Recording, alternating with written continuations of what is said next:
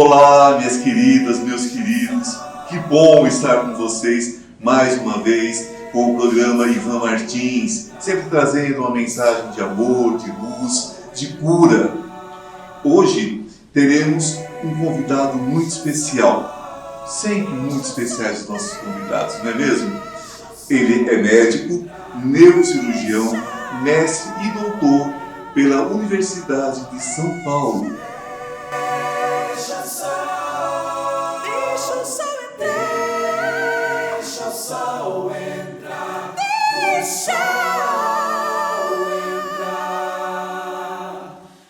Meu convidado de hoje é médico, neurocirurgião com mestrado e doutorado na Escola Paulista de Medicina, da Universidade Federal de São Paulo.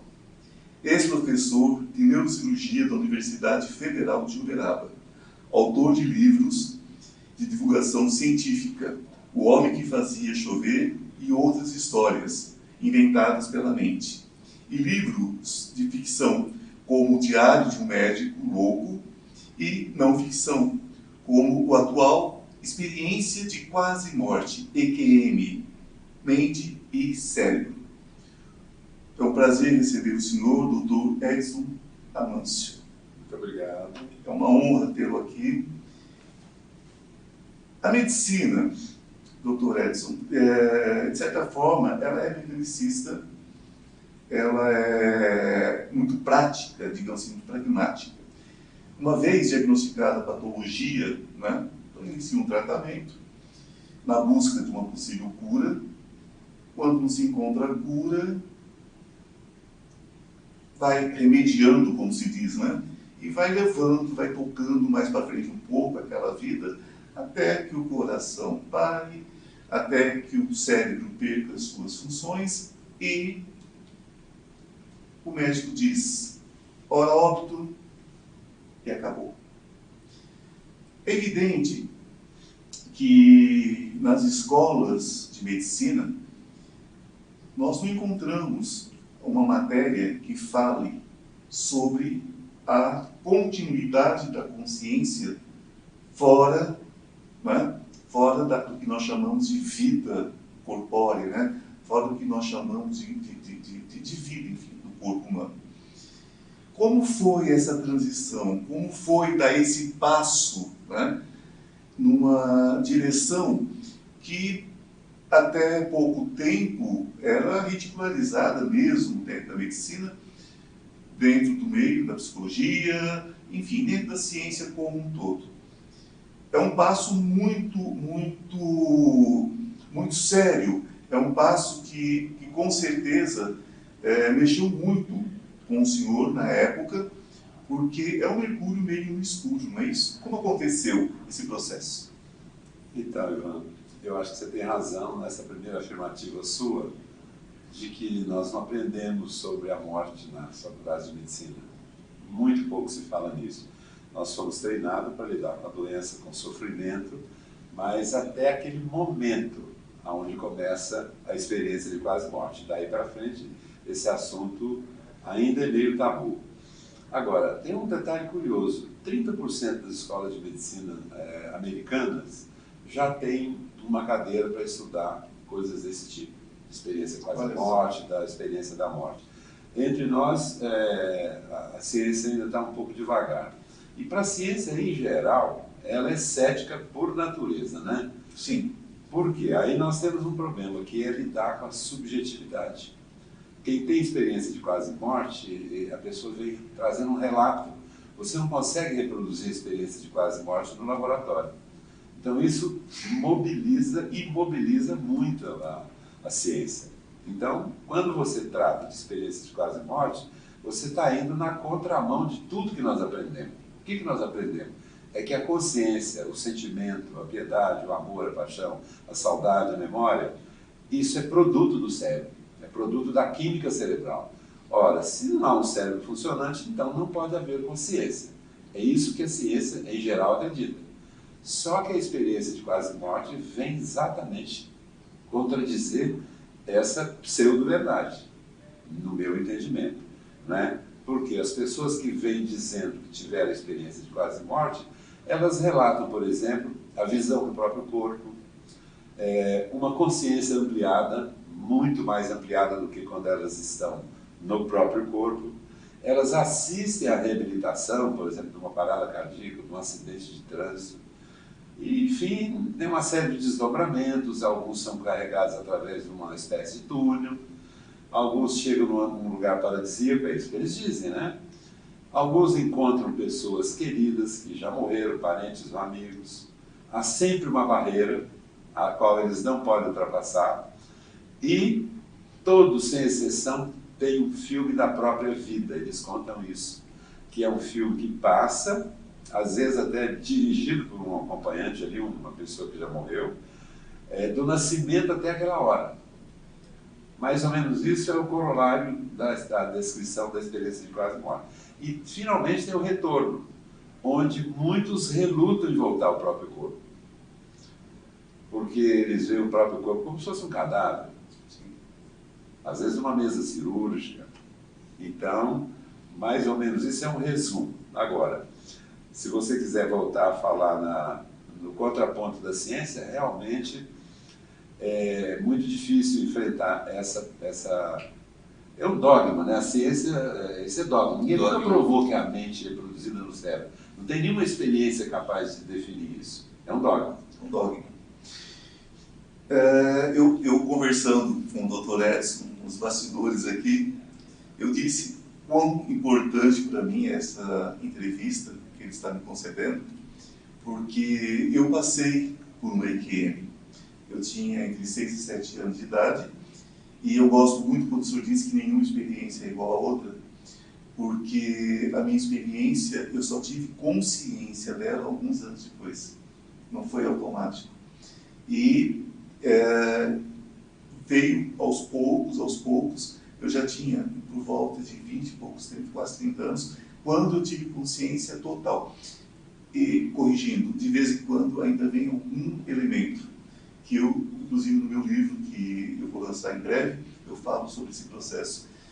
Então, isso é muito interessante, porque você sai daquela coisa comum, né? O túnel, a coisa, quer dizer, isso tudo é repetido praticamente em todas as histórias. O que agora, depois desse túnel, é que vem, né, essas outras observações, outros detalhes, porque eu acho que nem todos lembram de tudo, né? Lembram uma parte dessa vivência, porque eu creio que não seja também permitido, de certa forma. O senhor é religioso ou espiritualista? O senhor crê na vida pós-morte, no corpo físico? Ivan, essa pergunta sua ela é fundamental. Eu não poderia jamais estar fora dessa vivência espiritualista depois de entrevistar mais de 100 pessoas que passaram por isso. Sim. Como médico, nós, na verdade, nós fizemos um grupo de estudos, que, pelo menos 4 médicos, 2 psiquiatras, um neuropsicólogo e eu, e mais um físico. Nós selecionamos as pessoas que a gente entrevistou. Então, todas eram pessoas absolutamente inquestionáveis, mentalmente sadias, e eu não poderia, então, ficar indiferente a esses relatos que eu ouvi. Eu não reproduzi nada, mas eu, na verdade, tive, pessoalmente, assisti a 3 relatos muito antes de começar a estudar EQM. E como todo médico, eu era cético e não dei valor naquelas experiências e atribuí, num raciocínio raso, isso é anestesia, sim, ele ficou sem oxigênio e tal. Todas essas explicações que a medicina dá, no livro eu fui desmontando uma não se sustenta, né? Não se sustenta, não se sustenta. Então, na verdade, hoje eu sou uma pessoa, eu não tenho uma religião, não frequento nada, sim, mas um espiritualista eu acho que tem vida depois da vida. A vida depois da vida. A minha primeira formação, para quem não sabe, muitos já me conhecem, eu sou enfermeiro. Eu formei aos 19 anos, ainda era religioso na época, ainda era franciscano, e me formei em enfermagem. Então eu tive algumas histórias. E essa pergunta que eu farei em seguida tem a ver com esse assunto do óbito de um senhor. O médico disse, foi a óbito, tal, aquela coisa toda, já conhece o procedimento do hospital, um arqueiro pega, leva para o necrotério, aquela coisa toda. E o filho veio buscar. Ele reconheceu o corpo, aquela coisa toda. Quando o filho chega, o homem estava sentado na mesa no necrotério. Então a pergunta é a seguinte: como se define hoje a morte de um paciente, o óbito? Porque, ok, não tem atividade cerebral. Quantas vezes acontece de voltar essa atividade cerebral e a pessoa cortar? Ok, o coração parou. Nós temos um tempo de oxigenação do cérebro, para que o cérebro não se deteriore. Ok, mas nesse caso o cara ficou 10 minutos, aquela senhora ficou 10 minutos e volta, aí a medicina explica assim, não, tinha uma pulsação mínima, tinha alguma coisa que não foi perceptível, teve alguma coisa assim, assim, assim. Mas enfim, ele diagnosticou, olhou para o piro, olhou tudo, diagnosticou, e a pessoa volta. Como hoje o senhor pensa essa questão da morte?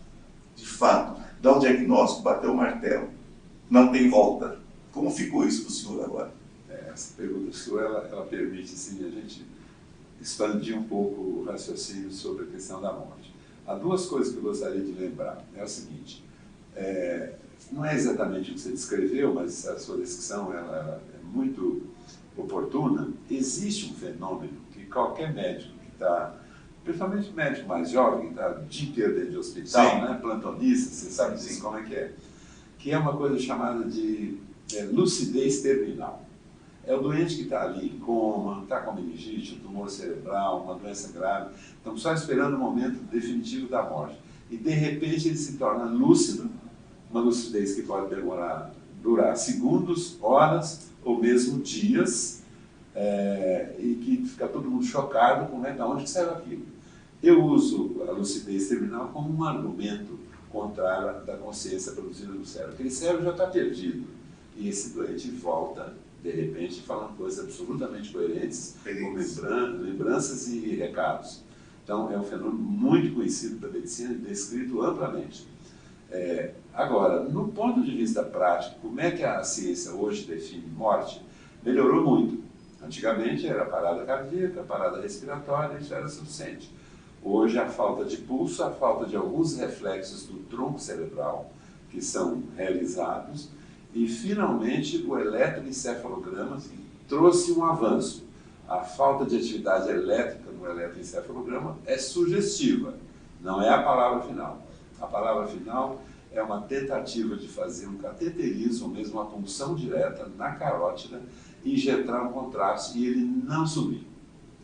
Significa que a pressão dentro do cérebro é tão violenta que não permite nenhum líquido subir. Se não permite o contato, não permite o sangue, não pode haver vida. Essa é a palavra definitiva, que deve ser usado, inclusive, na hora de eleger os pacientes para transplante. Então mudou um pouco, nós vamos mais fundo. Mas você tem toda a razão. E eu não falei no caso de catalepsia, né? Catalepsia, sim, esse A pessoa está parada ali. Esse, infelizmente, eu já passei por uma situação dessa e vi acontecer. Mas, então, tão rápido, né? Foi o que eu disse, tão difícil colocar isso dentro de um blog, é um assunto tão interessante. Mas nós estamos terminando a primeira parte do nosso papinho de hoje, do nosso bate-papo, dessa entrevista maravilhosa. E vocês fiquem conosco, porque voltaremos com muito mais logo após um pequeno intervalo, onde eu tenho um recado para vocês. Olá! Aproveitando esse pequeno intervalo, eu quero convidar você para conhecer o Instituto Ivan Martins. Cura quântica, cura espiritual, física e emocional. Depressão, ansiedade, pânico, dores crônicas. Venha para o Instituto Ivan Martins. Você já se inscreveu no meu canal? No YouTube, Instituto Ivan Martins? Se não se inscreveu, inscreva-se agora. Eu atendo próximo ao metrô Consolação. Marque sua consulta.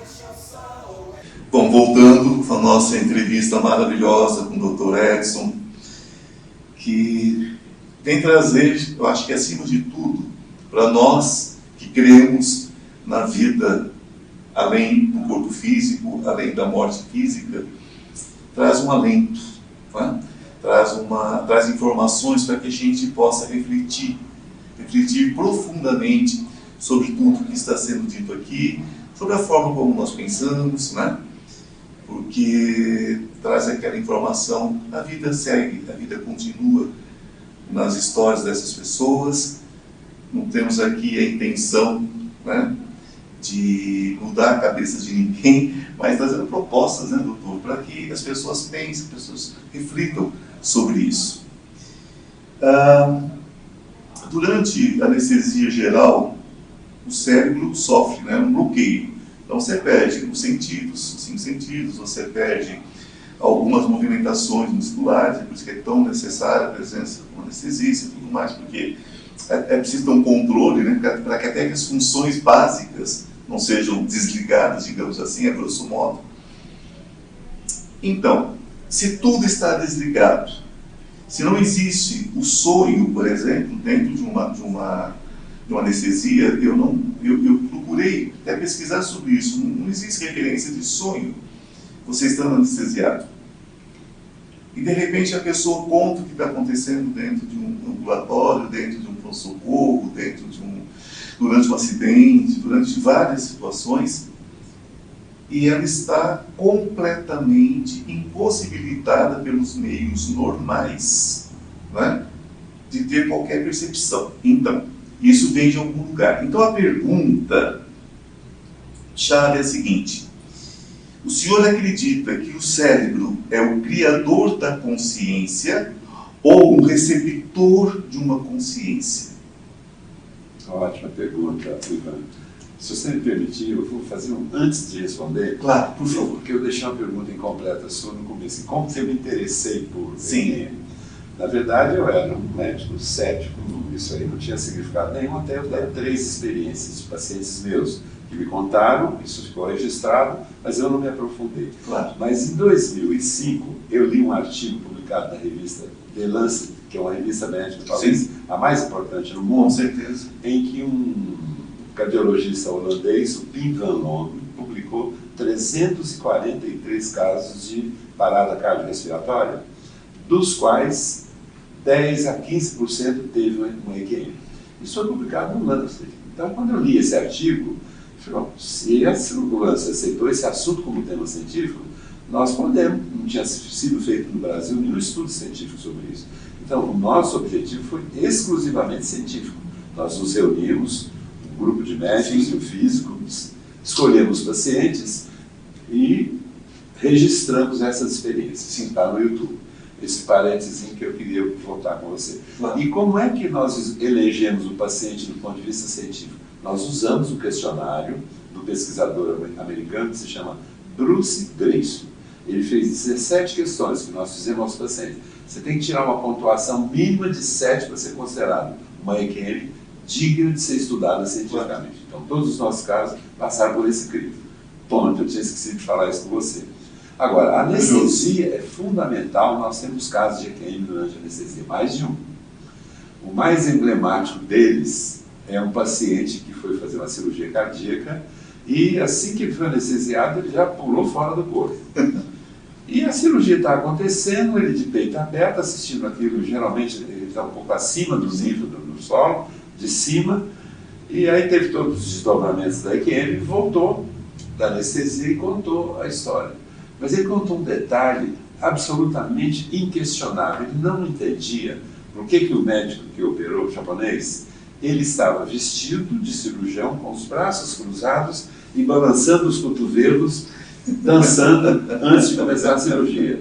Quando ele contou isso para o diretor do hospital, ele ficou assustadíssimo, porque era um tique do cirurgião. Ele apontava com os cotovelos para não usar a mão, limpa aqui, enxuga ali, faz o pano aqui. Ele descreveu essa situação como ele nunca soube que o cirurgião tinha esse tipo.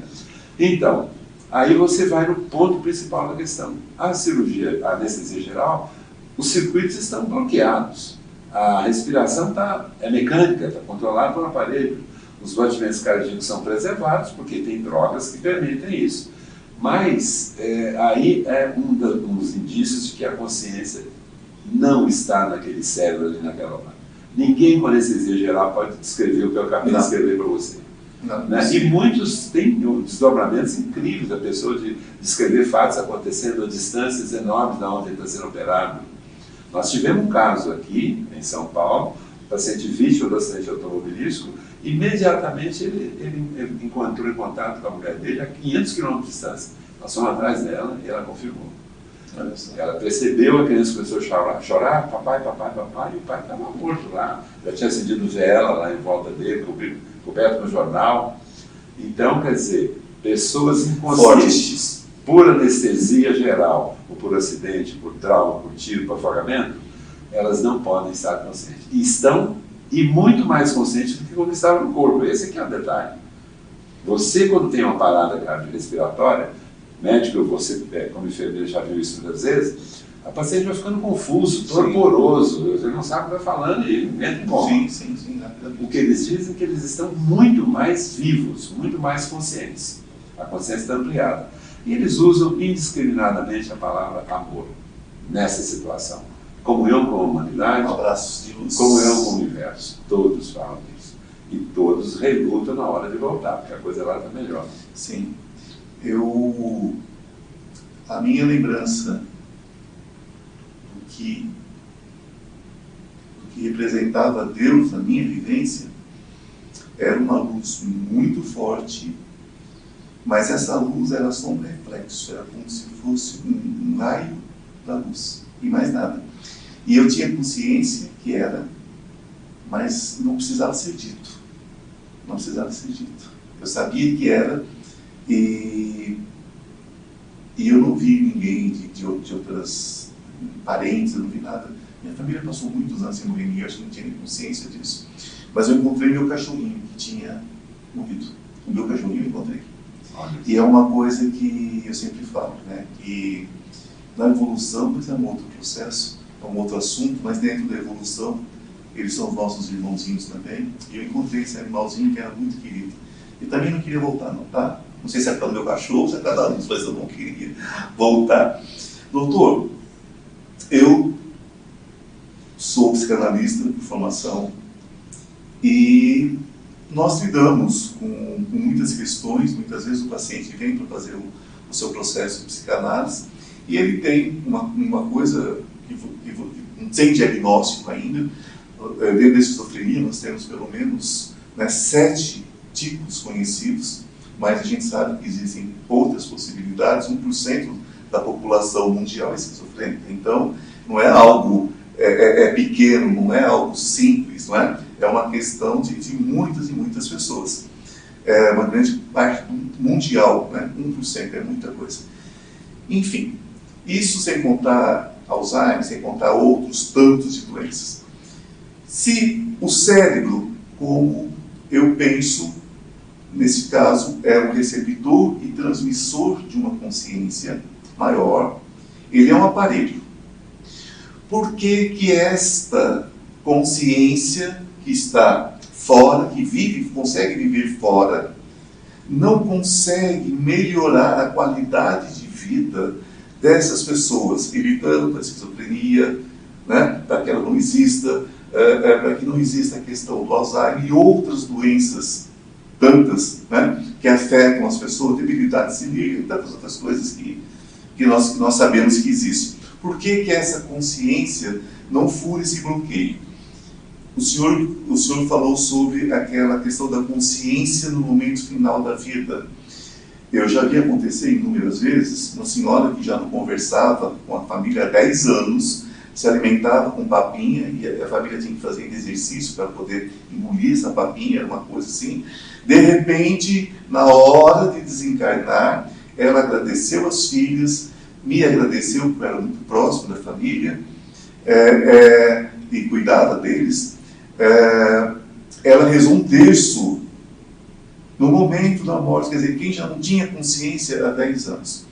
Então, se é possível que nesse momento haja uma correção, né, desse cérebro, digamos assim, dessa consciência, por que essa consciência não consegue corrigir essa questão dentro desse processo?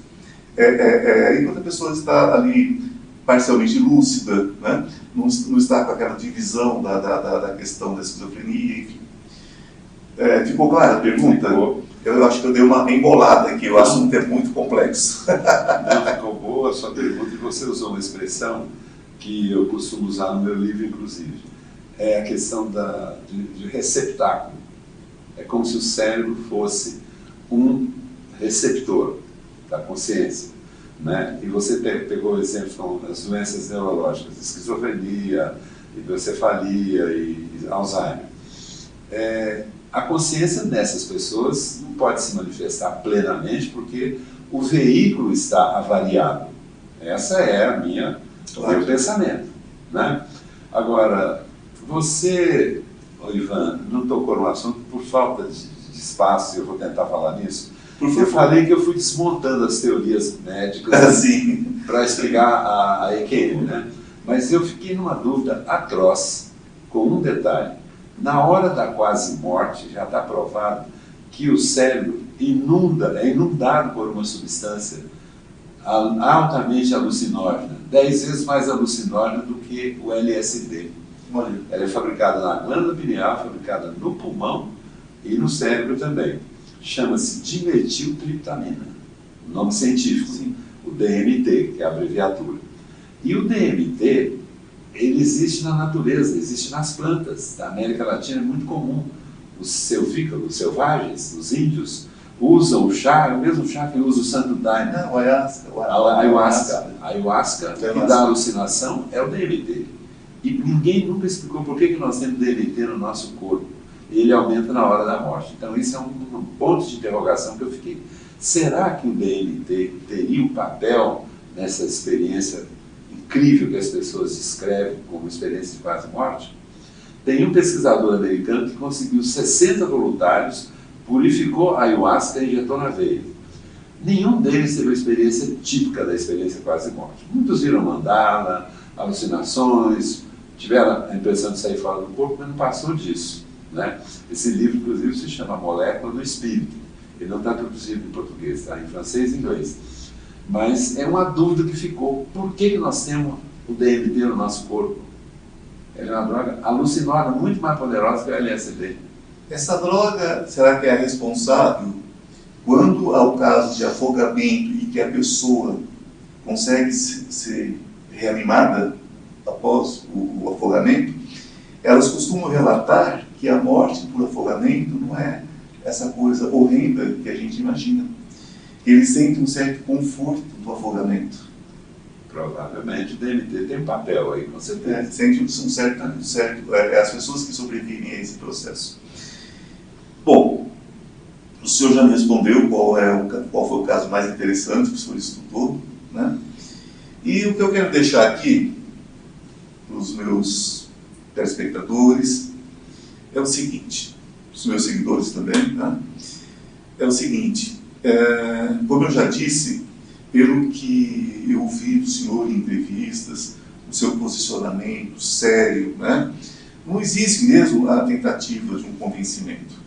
O que existe é a proposta, já até falei sobre isso nessa entrevista, é a proposta de um novo pensar, de um novo ponto de partida, não é? E isso é muito importante porque vivemos uma época onde as experiências estão muito presentes, né? As coisas estão vindo com muita força, a gente percebe grandes mudanças e eu creio, né? A forma como eu creio Deus é que as informações vêm quando a nossa consciência pode assimilar essa vivência, esse conhecimento. O conhecimento tem um tempo, a evolução tem um tempo. E eu conversei aqui com o Dr. Edson Amâncio, né? E ele é autor desse livro, como eu disse a princípio, Experiência de Quase Morte, Ciência, Mente, Cérebro. Um livro que eu já tive acesso a uma parte dele e agora vou ler com muito carinho, fui presenteado pelo Dr. Edson. E eu gostaria, evidentemente, de agradecer ao senhor e as suas considerações finais. Ivan, eu te agradeço trazer esse tema à baila. Como você disse, há um momento certo para as coisas acontecerem, né? Nós, cientificamente, nos interessamos por esse assunto. Ele já teve uma divulgação ampla e acho que abriu assim, um canal de expectativas para muitas pessoas. Sim. Quem frequenta o nosso canal no YouTube tem dezenas de pessoas que participam, assistem e se sentem gratificadas de poder ouvir as pessoas que estiveram em QM. E um detalhe muito curioso, que eu quero deixar bem claro, é o seguinte: muitas pessoas que estiveram em QM não tiveram oportunidade de falar sobre isso, com medo de serem ridicularizadas ou ignoradas, ou então ter explicações supérfluas, como, não, isso é remédio que você tomou, é o oxigênio que faltou. Então, muito se recolhe, e a divulgação do livro e dessas entrevistas permitiu que essas pessoas se aproximassem e nos procurassem voluntariamente, como você mesmo, e falou: eu também tive uma IQM, não foi exatamente igual que você está falando, mas eu fui e voltei. Exatamente. Então, eu acho que isso foi muito gratificante. Eu fiquei muito contente de entrevistar essas pessoas, sou agradecido a elas, o meu livro é dedicado a elas. Maravilha. Muito obrigado, Dr. Edson Manso, foi um prazer imenso. Eu quero agradecer muito mesmo pela sua presença. Tenho certeza que meu público adorou, né, essa nossa entrevista. E eu quero deixar uma mensagem. Como o Dr. Edson colocou, a sensação que fica é o amor. Você sabe por quê? Porque o que nós deixamos nesse mundo é o amor que nós praticamos. E o que nós levamos nesse mundo é o amor que nós recebemos, e nada mais. Então pratiquem o amor, pratiquem a verdade, pratiquem o carinho, a empatia, o aconchego. O aconchego é muito superior a simplesmente a aceitação. Tenham empatia, plantem amor, colhem amor. Que a luz esteja com cada um de vocês. Gratidão. Deixa o sol entrar.